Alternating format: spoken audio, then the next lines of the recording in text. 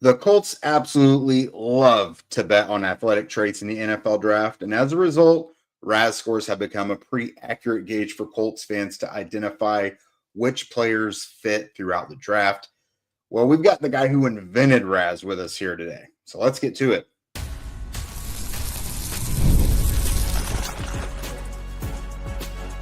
You are Locked On Colts, your daily Indianapolis Colts podcast. Part of the Locked On Podcast Network, your team every day.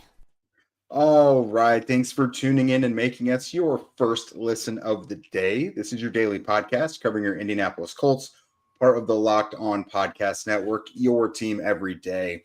And today's show is brought to you by the all-new 2025 Nissan Armada. Stay tuned for the Armada Player of the Week later in the show. What is up, everybody? This is Jake Arthur of HorseshoeHuddle.com, your resident credentialed media member for the site. And we are joined by a very special guest today. It is Mr. Kent Lee Platte. He's the creator of RAS. He is the notorious math bomb. You know him, you love him. Colts fans, you have a very special kinship with this guy because he has made it very easy to tell which players the Colts might want to be looking at in the draft. So welcome to the show, Kent. It was good to catch up with you in Mobile at the Senior Bowl. Great for you to be on the show for the first time. So welcome aboard. Appreciate you having me, man. Yeah, Mobile was a lot of fun this year. Yeah, some obviously really good players out there. But obviously the biggest reason we want to have you here is because when we're looking at players throughout the draft process, we say, well, what is their RAS score? Is it at least like a 9? Because that obviously increases their likelihood of coming to the Colts.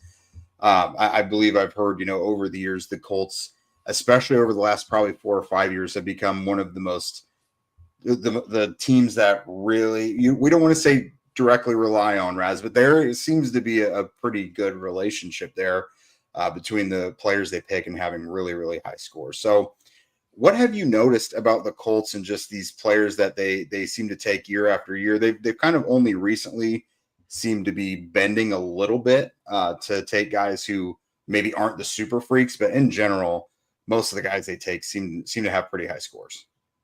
Yeah, and they've averaged over 8.25 in every year over the last 4 seasons. So they're always consistently in that top 10 range overall for their draft classes, even with, like you said, loosening up a little bit. I think it was Micah Abraham last year. They had 8.7. Even with that, they're still consistently ranked among the top in the NFL. They very clearly pay a lot of attention to athletic testing. Yeah, and that's something Chris Ballard has, said obviously all the time. He's like, we want to bet on athletic traits.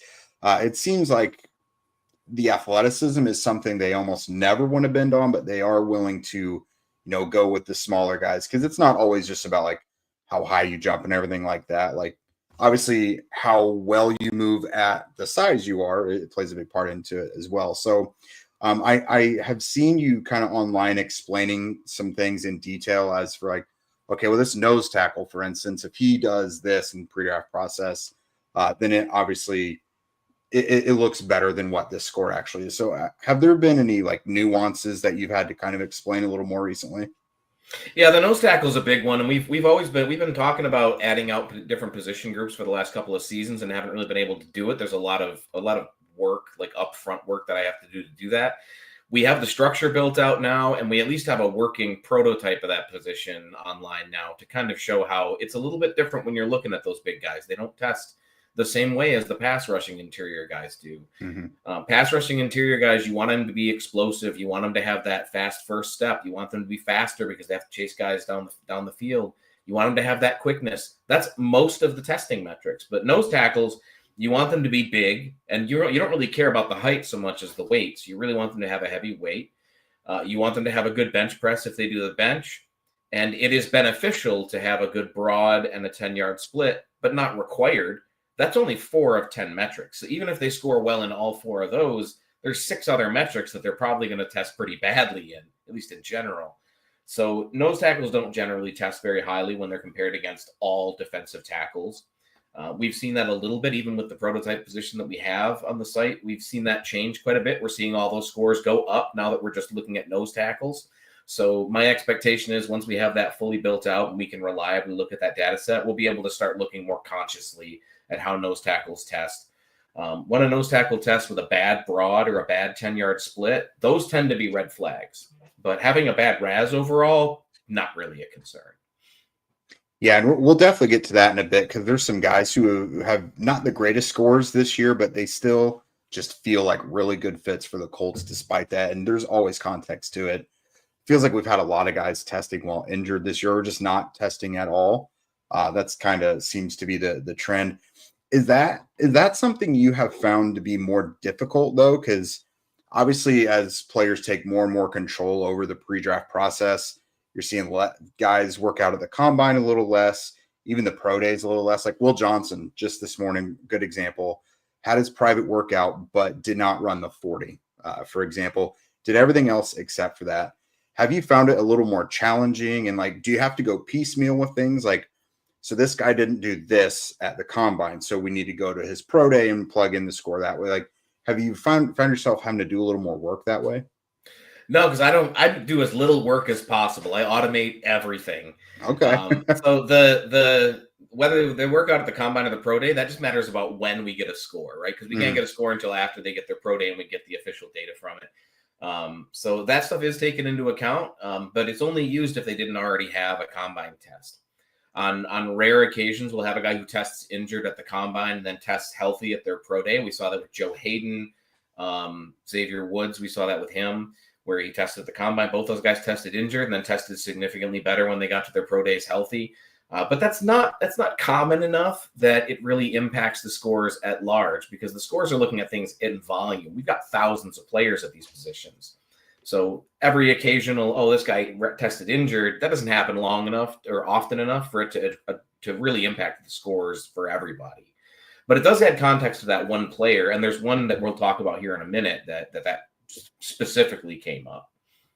Yeah, there's an odd relationship with that when it comes to the injuries and the scores. And then you and I were just kind of talking before we came on. The Colts have had some astronomically high scores. Like I'm looking at Anthony Richardson as a 10. Jelani Woods was a 9.99, A.D. Mitchell 9.99, Juju Brents 9.998, Daniel Scott 9.995, and then they've got countless other guys who are at above a 9.5. I didn't even mention those anymore just because there was too many to mention basically. But outside of Mitchell, they have had just the worst luck with injuries, and it's not a correlation, but I think the logic there for the Colts is good to bet on athletic traits. A lot of these guys were kind of raw coming out of school too. Obviously, Richardson had like 13 starts. Jelani Woods used to be a quarterback. But yeah, I like their logic with that. But when you do like your own personal preference in scouting, like guys that you tend to really like leading up to the draft, how much weight does their RAS kind of factor into it for you? So for me personally, it's just a matter of what you see on tape and if it lines up with it. Mm-hmm. So if I see a guy that tests jumping out of the gym, I expect him to look explosive when I actually go watch the tape. And we actually spoke about that briefly about the reverse, because I started late this year due to some other stuff. I started late this year. I didn't have as much familiarity with the players. But Bashal Tutin from Virginia Tech, when I saw him at the Senior Bowl, that explosiveness popped. The moment you saw him move, every single time you saw him move, it was immediate. He had such a suddenness to the way he moved. I expected to see that when he tested, and I did. He tested really well, way better than I expected, but you see that explosiveness. That's what you're looking for. You're trying to line things up. And if something doesn't line up, your question has to be why, because it may just be you're evaluating it wrong. You have to keep that humility when you're looking at a guy and think, I really like this guy, but he ran like garbage. Am I wrong in thinking that he's actually fast? And if you go back to the tape and start comparing it to other players and you're like, yeah, maybe he's not that fast. Maybe that's just a you problem. Maybe there was an injury. Sometimes those injuries are well documented. We've got a guy this year a couple actually this year that were pretty well documented. We've got a couple that guys said they were hurt after they tested poorly. That always has that dog ate my homework kind of feel for me, just because I do this every year. So I never want to say, the player's lying. I don't ever want to even give that impression. But when a guy says he has a hamstring injury after he tested, that's the dog ate my homework. I've seen that 100 times. It's Okay, man, sure, fine, whatever. If you want to write it down, that's fine. You can take that context if you want to. But otherwise, it's just matching up that tape, and it's also if a guy wins that way, whether it matters or not. We saw that with DK Metcalf. He had those bad agility drills, and people lost their minds, forgetting that he doesn't do that a lot. Right. He doesn't need those to be good. No one cares that wasn't a great score. So you just got to weigh what you see versus what you're actually getting in the testing of the tape. Yeah, incredibly important. There's some guys coming up with both high-RAS scores and low-RAS scores where I think the tape is going to have to be king, and really just in order to contextualize things and kind of project them to how they're going to turn out. So we're going to talk about that in just a moment. Did you guys know that your Fire TV is also an Xbox? You could turn any TV into your gaming and entertainment hub with Fire TV Stick 4K devices. No console required. Just grab your paired controller, subscribe, or sign into Xbox Game Pass Ultimate with EA Play included, and you're ready to play. Dive into hundreds of premium titles from EA Sports College Football 25 to Call of Duty Black Ops 6 and Avowed as easily as you stream your favorite shows. It's gaming made simple, and it's all on your Fire TV. With 4K streaming, watch more than 1.5 million movies and TV episodes from your favorite subscribed services like Netflix, Prime Video, Disney Plus, Max, and more. My family, we have used Fire TV sticks for years. They're king in this market for a reason. It's all you need to watch all your movies, all your shows. Everyone ditched cable long ago and have gone to things like the Fire TV stick. And again, it's why they're king. It still works great. It's everything you need. So that's why my family relies on it. So for you, head to Amazon.com/Fire TV locked on to get started. Xbox Game Pass Ultimate subscription and compatible controller required. Available on select devices, including Fire TV Stick 4K 2nd Gen, Fire TV Stick 4K Max 1st and 2nd Gen, and Fire TV Cube 3rd Gen. All right. So as is customary each year, we've got some guys who were impressive throughout the pre-draft process. They had some good tape, or, they obviously were good, highly heralded prospects, but then they get to the combine and then it goes to a new level. So there's a couple guys here who really jump out. Shamar Stewart and Nick Emenwari, they stole the show when the combine started, especially Stewart. We saw him down in Mobile, Kent. Had a really good first couple days, didn't finish the week, but he was beating guys like a drum, even in the live drills, not just the one-on-ones. So a guy like that passes a big test down at the Senior Bowl, and then he goes at the combine and literally could not have done any better. Hit a 10 out of 10 on the RAS. But the thing with him is scheme could be part of it at Texas A&M, but how did that guy finish with 4.5 career sacks? And it's not like he was constantly in the backfield and getting tackles for loss either. The production just does not necessarily meet it.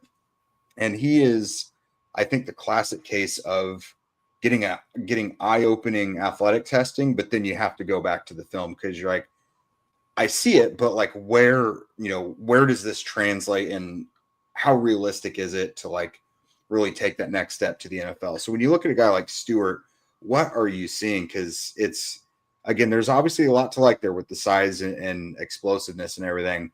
But when you look at him, what do you see at the next level? Yeah, so we've already had guys that came into the NFL, even pass rushers, who weren't very productive, but had those athletic traits, landed in the right spot with the right kind of coaching staff for the right scheme, and they found success. And I use those terms. I know we hear that a lot. Oh, he's got to land with the right team. He's got to have the right scheme. We hear that all the time. It's immensely important for players like this who are relying entirely on athletic talent and didn't have that kind of production in the NFL, because we have no success stories of guys that didn't land in that perfect kind of situation and find that success. You've got to have that. We saw it with Ziggy Ansah, who went to the Detroit Lions 5th overall. He had that perfect build and athleticism to run that wide 9 scheme that they were using at the time with Jim Schwartz. And it was just one of those perfect, everything fit and they were able to make it work. And then Daniil Hunter, who landed with the Minnesota Vikings. that was another perfect landing spot for the guy. And I actually personally scouted him quite a bit during that draft period, and he had no pass rushing moves at all, not any good ones. He basically just leaned into the guys. I remember his shoulder charge. Yeah. That was very unique. And that was basically it. He didn't do anything. Shamar Stewart's not like that. He's got a little bit more to his repertoire, and he's won quite a bit more than what you used to see with a guy like Hunter. I think he's further along in that development, in that he's got more of a pass rushing repertoire. But why wasn't he getting home? And I don't have a good answer to that. That's where you really got to find it. If you can't, and you're still trying to figure it out, maybe just move past that and try to figure out, is this a good landing spot for him? Do we have the right kind of coaching staff? And don't look at just, do I like my coaches? Everybody likes their coaches. But if you land with a pass rushing specialist like Chris Kasurik back in the day, that's going to be the type of guy that you want to get. Somebody that is going to be able to develop that particular skill set for that type of player. Every defensive line coach is good at doing something with defensive linemen, but you've got to find somebody that really marries that scheme and that ability perfectly if you're going to take a guy like Shamar Stewart. Yeah, and the Colts had him in for a 30 visit recently, and they do have their defensive line coach, Charlie Partridge, does have a good track record with guys in college. He came from the college ranks from Pitt. He coached Trey Hendrickson and Trey Flowers and J.J. Watt out in college. So there's a track record there. It could be very interesting. So if what they found with him they liked, during their visit, it makes all the sense in the world. Because, kind of a bit of a raw, highly athletic pass rusher without the college production. They've gone to that well a million times before. It doesn't always work, but it's certainly easy to kind of draw a line there. Now, a guy who is not – it doesn't necessarily fit a big need, but what we've heard all offseason about Lou Anarumo is how multiple he wants this defense to be. So Nick Emenwari, he kind of makes some sense. I mean, another guy who just tested with a 10.0, and we've seen a lot of these DBs over the years who are huge and athletic. They're just the transformer types. And I think his tape is better than those guys who just were good testers. I'm just very curious how the Colts would use him, but I don't think they're really in the business of seeing a good player and shooing them away because they don't know what to do with them yet. Right, and I'm really excited to see how he does, because, like you said, we get these guys every couple of years. Maybe not every year, but every couple of years we get some safety who's built like out of a mold somewhere. Mm-hmm. But those guys are very rarely the highly touted prospects, the guys that are considered the top one or two at this position.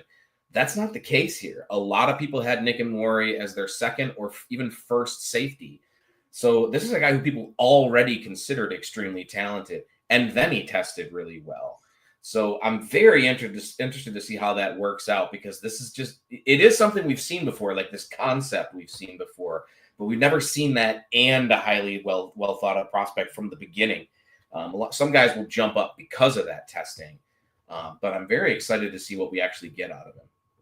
Yeah, I mean, we've heard that Anarumo would be, if he's got the tools to do it, would be more willing to use 3 safety sets, or maybe even if they want to use him with some linebacker. So, yeah, a guy like that just opens up a lot of opportunities. Some other guys here I want to make sure we mention who had really, really good testing. Darian Porter from Iowa State, another really good Senior Bowl week, and then comes in and blows the doors off Lucas Oil Stadium. Tate Ratledge, the interior lineman from Georgia, and then Jihad Campbell. His testing may have even gone even better if not for this labrum injury that he was going through. But obviously Campbell, a highly regarded guy, is probably going to go in the first round despite the injury. But Porter and Ratledge are guys we've been talking about a lot on day 2 for the Colts. And Porter doesn't necessarily fill a need anymore, but he's a guy who switched positions, was a receiver earlier in his career. And, I think that kind of fits with the Colts a little bit. The timeline of how he may need to transition to the NFL kind of lines up with the timing of when they may need a guy to be there in the secondary. Yeah, and Darian Porter's a good player. I don't think people expected. He was one of those guys I don't think people expected to test as well as he did. Mm-hmm. He was a bit more of a surprise than some of the other guys were. Yeah, no, he's definitely he's an enticing guy. He's got the length, the size, the speed is pretty wild.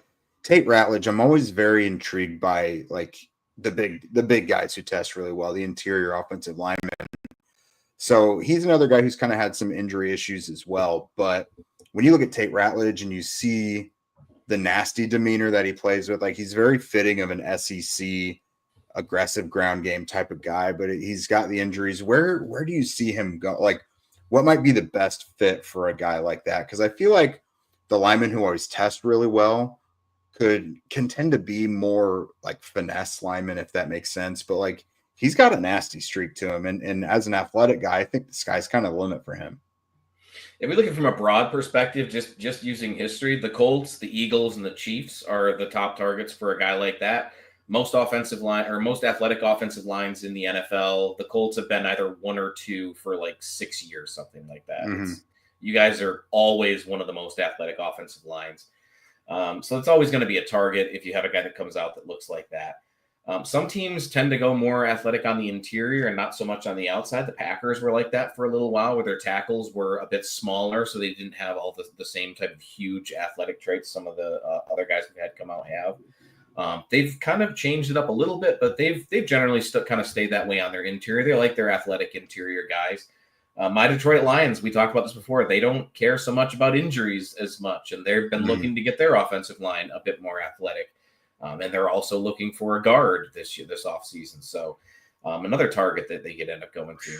The big question with him is going to be, where does he go? Because he has those injury concerns. He doesn't necessarily have top round tape.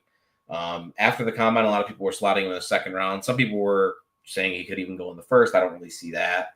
But he's probably going to go day 2. And those would be the teams that I think would target him. Teams that have traditionally looked for those big athletic guys. And most of those teams already have an established starter or two, so they don't necessarily have to have him jump in right away. Him on the Lions, that feels unfair. But that is very fitting. I didn't even think about that. But yeah, him next to Sewell would be something nice. So coming up in a moment, guys, we're going to talk about some players who scored maybe lower than we expected. But I think there's a lot of context to that, and I think they still their tape at least fits with the Colts pretty well.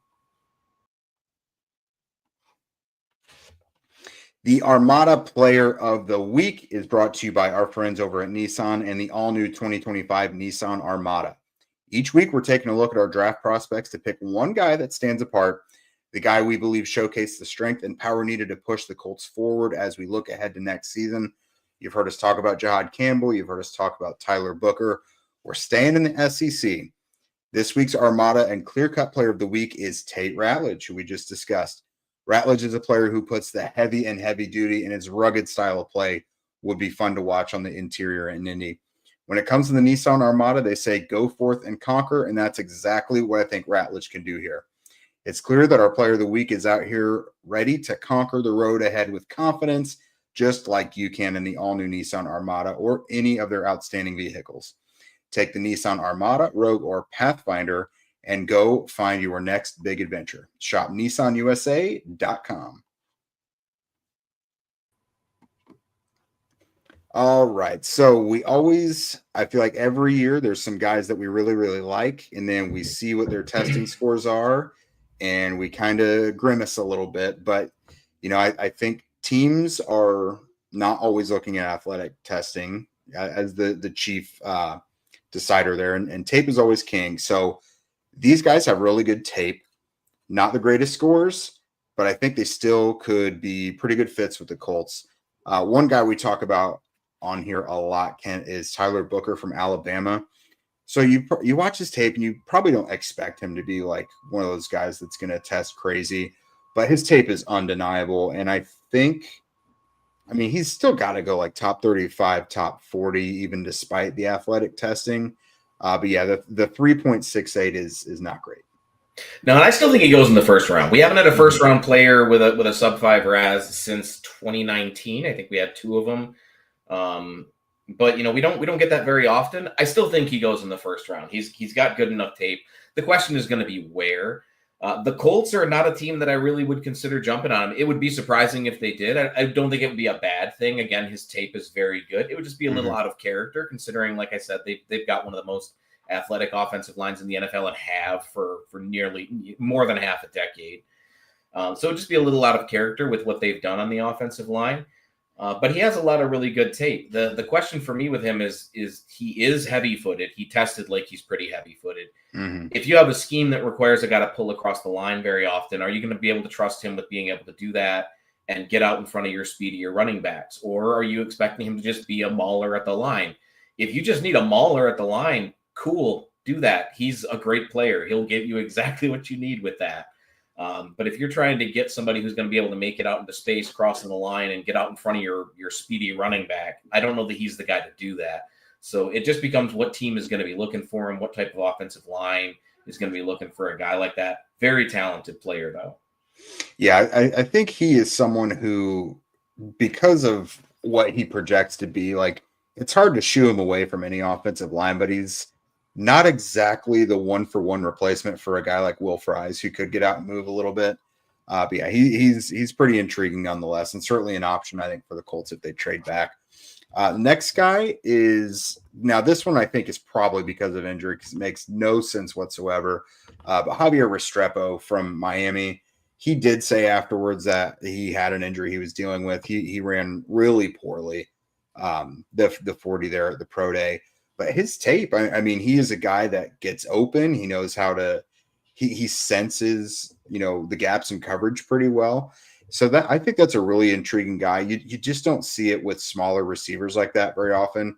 We could talk about Tez Johnson as well, who didn't run a very good 40 compared to what you would have expected from him. But guys like Restrepo and Tez Johnson, do you just see these as like outliers and like that's just not what you're seeing on tape? I think people had questions about Restrepo's speed to begin with. Whether or not he was injured at his pro day, some scouts at pro days do record injuries of players, and the scout that recorded Miami's data did report injuries. Restrepo did not have an injury listed. Doesn't mean that he didn't have an injury. It just means that it wasn't listed. It would be odd that it wasn't and everybody else's was, but maybe he didn't mention it to that particular scout. There's a lot of reasons that it couldn't be, but I find that a little bit odd.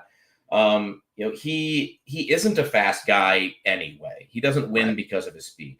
To me, when you have a guy like him, the question doesn't become, is he fast enough to be a burner in the NFL? The question is just, is he fast enough to play in the NFL? We have examples of guys that ran in the 4.7s that still did well in the NFL. Not many, but we do have them. We have none of guys that ran in the 4.8s, which is where he ran. So if it was an injury, if that's truly what it was, and he comes into the NFL and runs around just fine, has no issues beating cornerbacks with speed, then it's not a problem. We don't have to worry about it. We can say, yeah, he probably was injured, and we can move on from that. But from a value perspective, that's pretty risky to take a risk on a guy, not just because of the speed, but if it's because of injury. Injuries are also red flags. People have to remember that. It's not just it excuses the poor testing. That's a different red flag. So you got to take that into consideration. He does have elite tier agility testing. Some other players who didn't score that well for overall RAS but still found success, guys like Cooper Kupp, they still were able to make it because they won with that kind of elite agility and quickness. That's how Restrepo wins. So maybe he finds a role like that in the NFL. The question with him is just going to be how big of an outlier that speed really is. Now, to the point of finding a role in the NFL, I think this next guy is pretty intriguing. JJ Pegas, who, nose tackle, but there's talk of fullback even. I think he was asked to work out there briefly. So, again, not a great RAS, 4.82. And we talked about, with nose tackles, there's a lot of context that goes there. But that's got to be pretty interesting, right? Like a guy who you probably didn't think he was going to work out of this world anyways. But to the point where he might even change positions to find utility somewhere else, that's kind of intriguing, right? Yeah, and we've seen that quite a bit, actually. People never really consider that, but we don't have a whole lot of true fullbacks in the NFL. Most of the fullbacks that we have in the NFL are converted from a different position. My Lions had the last two that they've had have been converted from different positions. Their current one was a linebacker. We've had a couple of defensive tackles that got converted over to fullback. So it happens fairly routinely. The problem with him is going to be if he does come in as a nose tackle, he'd be a small nose tackle. He's going to have a bigger learning curve to take on that position than a lot of other guys would who are a bit more in shape for this particular role. So he wouldn't come in immediately day one as a nose tackle. He'll get pushed around in that kind of a role. But if you give him a year, he's able to put on a little bit more weight. He's got more tape in that area than other positions. Maybe that's what you're doing with him. You're just developing him there and trying to find a role for him that fits. But without that elite tier athleticism, a lot of teams aren't going to view him as an internal pass rusher. They're still going to view him as that run defender type of guy. A lot of guys with lower scores, that's what they get kind of pigeonholed into anyway. So for him, it might just be the expected curve of time that you have before you're actually getting a whole lot out of him might be a little longer. Yeah, those guys are always just fun regardless, because it's like, okay, well, like you mentioned with nose tackle, like it's probably not going to work out. He's going to get pushed around a bit. So it's like, what can we do with you here? And if he finds another role, I think that'd be pretty cool. I'll give you one more, and I almost have a theory on this one. So Malachi Starks, 5.29, but I don't think anyone disputes that he should be considered one of, if not the top safeties available. He's got versatility. He's got good tape. Like he's had better tape before than what 24 showed, but nonetheless, like a really good prospect. So again, 5.29. He's not the biggest guy in the world, and he's not like the most explosive either. But when it comes to safeties, I find that there are so many good safeties that do not test well, and I don't know why that is, but safety for some reason just has so many standouts who leave you wanting more with their pre-draft testing. And I have almost found myself disregarding what their as long as they're not like egregious, almost disregarding what their pre-draft scores are. Do you see any sort of correlation with like safeties in their testing scores? So free safeties specifically is what we're talking, because it's the exact opposite with strong safeties. Yeah. The guys that play next to the line, those tend to be those top tier athletes. Mm-hmm. They also don't tend to get drafted as high as free safeties do. Yeah. We do have quite a few free safeties who didn't test all that well. It has one of the lower correlations to success in the NFL from the metrics that we've looked at. The thing about Starks, the only thing that would make me give any kind of a pause to that is he has kind of the reverse athletic profile from what you'd expect of the other guys that end up with a lower score but still find success. A lot of those guys will have a really like a poor 40, but they'll have a really strong 10-yard split. He has the opposite. He has a great 40 and a pretty bad 10-yard split. And they'll usually have either elite tier explosiveness or elite tier agility, one or the other, and he's got neither. So he doesn't have any of you only need two of those three things to be that type of safety that we've seen before, and he's got none of them. I don't know if that matters. This is purely a mathematical consideration. It's just that it's a little weird that he's got a profile that's like the opposite of that. Mm-hmm. But it doesn't mean he's going to be bad by any stretch of the imagination. Free safeties they become successful safeties because of their understanding of the football field, their ability to read defenses, and their ability to close. And he has that. It might not show up as explosiveness. It might not show up as agility, but he's got long speed. And maybe that's all it is with him. It's just he gives himself enough of a runway, and he knows where he's supposed to be, and he can get there. And if that's all he needs to do to be a successful back safety in the NFL, great. He's got that. You don't need to worry about it. You know, we've seen him on tape do quite a lot of really good things. Cool. Not everybody has to have that, top tier marks across the board. If you're scoring how you should for where you're successful, then that's good enough. Yeah, I think another part of it with him too is like, where do teams see him? Like, do they think he's a nickel, or where do they want to play him? Because he obviously has the versatility. So he's an interesting one, because I really don't know where he's going to go. Could be around 12, could be somewhere in the top 40. Like, people seem very, very split on him. And obviously, I think if he had the elite athletic profile, that would help people figure out better how they feel about him. But he's definitely one of the more polarizing ones for sure. But thank you so much for being on here. You're obviously a great guest for Colts fans to want to listen to. You guys, he's Math Bomb on social media, also ras.football. Go down a rabbit hole, do your research on past Colts, look at it now and see which ones you think are going to be Colts by the end of next weekend. But yeah, Kent, thanks so much for joining us again. Appreciate having me on. Thank you. Absolutely. And guys, thank you all for making us your first listen of the day. Now for your second listen, check out Locked On NFL Draft with Damian Parson and Keith Sanchez. Now that our season is over, get the latest draft rankings, rumors, and news every day. Find Locked On NFL Draft on YouTube or wherever you listen to podcasts. And remember, if you guys want to become Locked On Colts insiders, check out the link in our show notes. Follow everybody on social media. Again, follow Kent on there as well. We appreciate you guys for being with us, and we will see you guys tomorrow.